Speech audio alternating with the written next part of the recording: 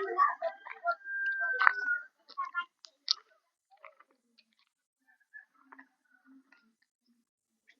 morning nga naman mga kapatid, oh. Oh, di ba?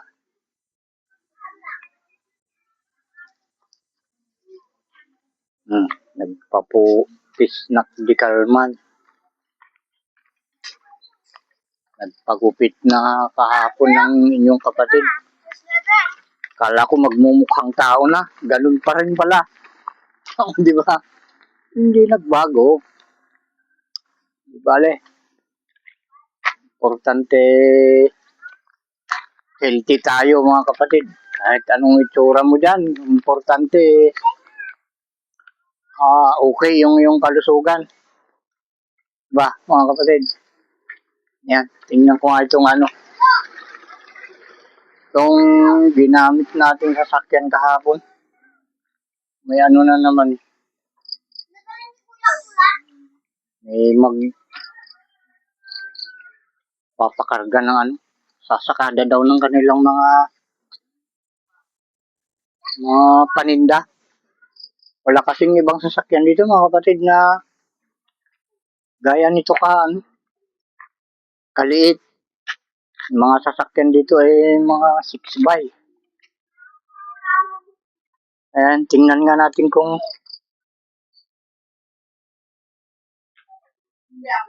ano na yung kalagayan ng loob nito.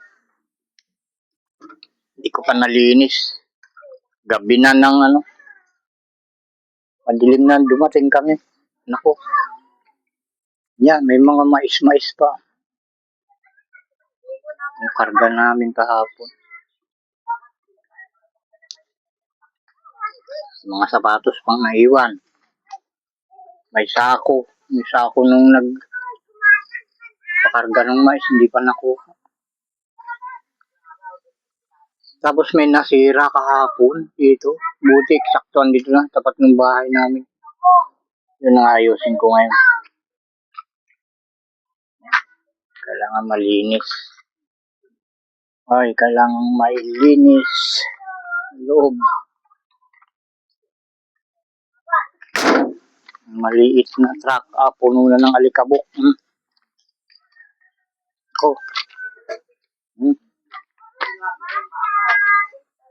Ayan. Walang ibili ng masilya. Nababakbak na. Ayan. Sa harap, tingnan natin. Nako. Naiwan na yung mga sapatos. Dito pa yung ribbon ng isang akong nagkano. Ay, parent. Ribbon ni misis ko na nag-attend.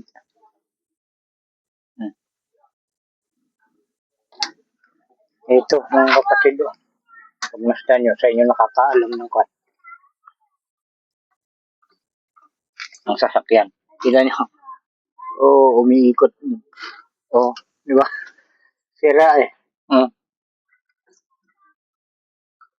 Natanggal sa ilalim yung pin niya. Yan. Ganoon yan. Buti dito lang. Doon sa loob. Ayusin natin. Sandali lang siguro. Mga isang oras. Okay.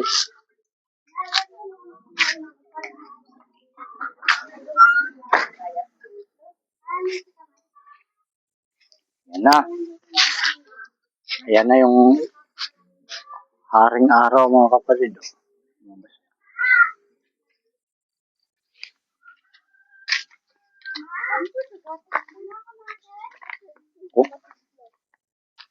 Mga bata.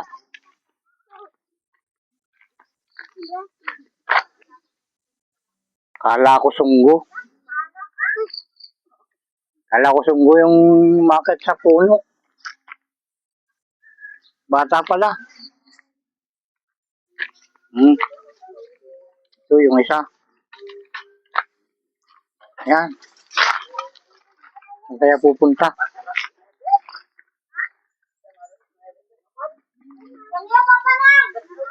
Ayan. Ito yung mga ganap dito sa sa aming bakuran pagka ganitong mga oras na. Ayan.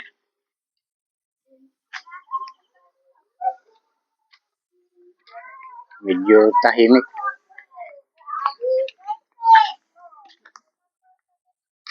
Mga kapatid yung ang tawag sa inyo nito. Ayan. Tawag sa inyo ng ganitong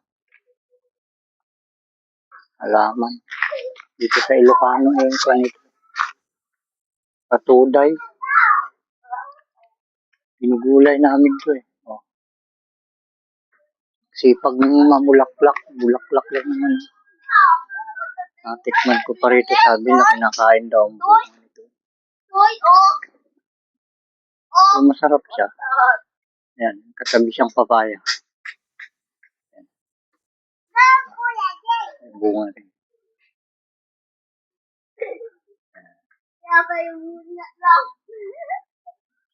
Mga katabi din siyang mga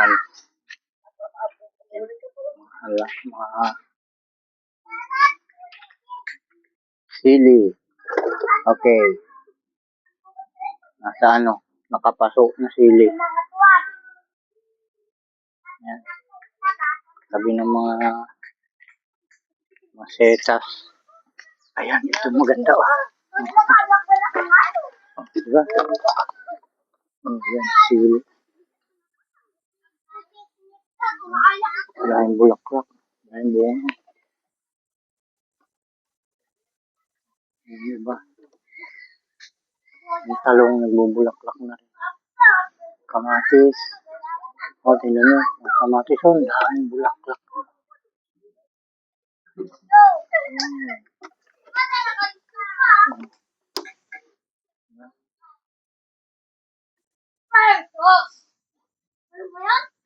O, di ba? Pag may mga pa na rin. May mga bubot na.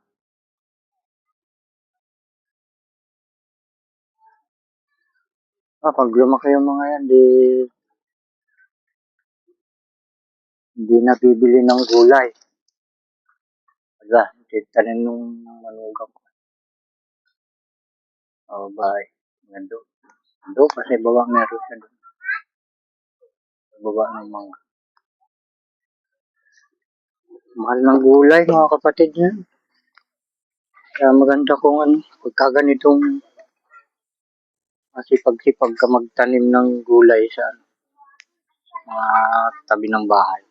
Tabi ng bahay mo, di makalibre ka ng ulam. Pang-ulam lang malaking ka na. Gastos na sa araw-araw. Ayan, lapit tayo. Isa-isa ring sitaw, mga kapatid.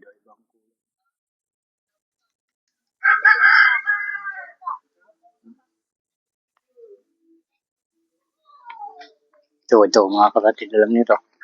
Ito. O, diba? Ayan. Ito ang kinukuha dito eh. So,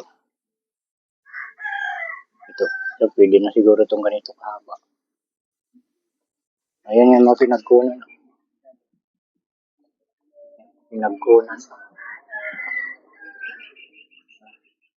Pwede na naman.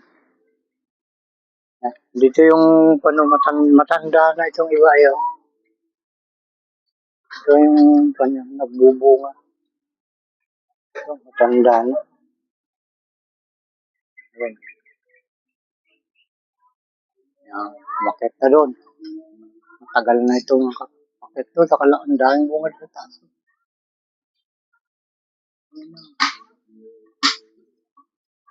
Ayan.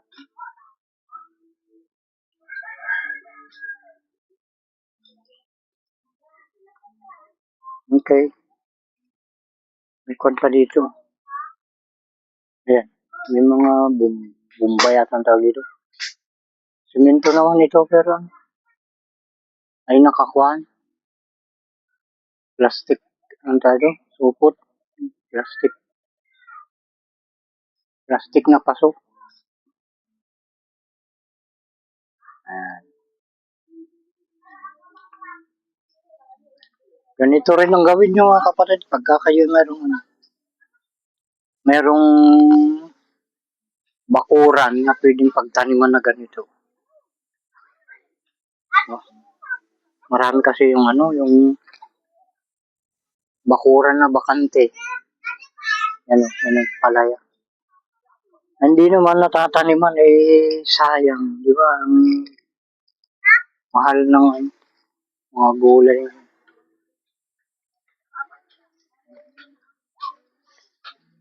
Ito. Okay. Yun muna mga kapatid.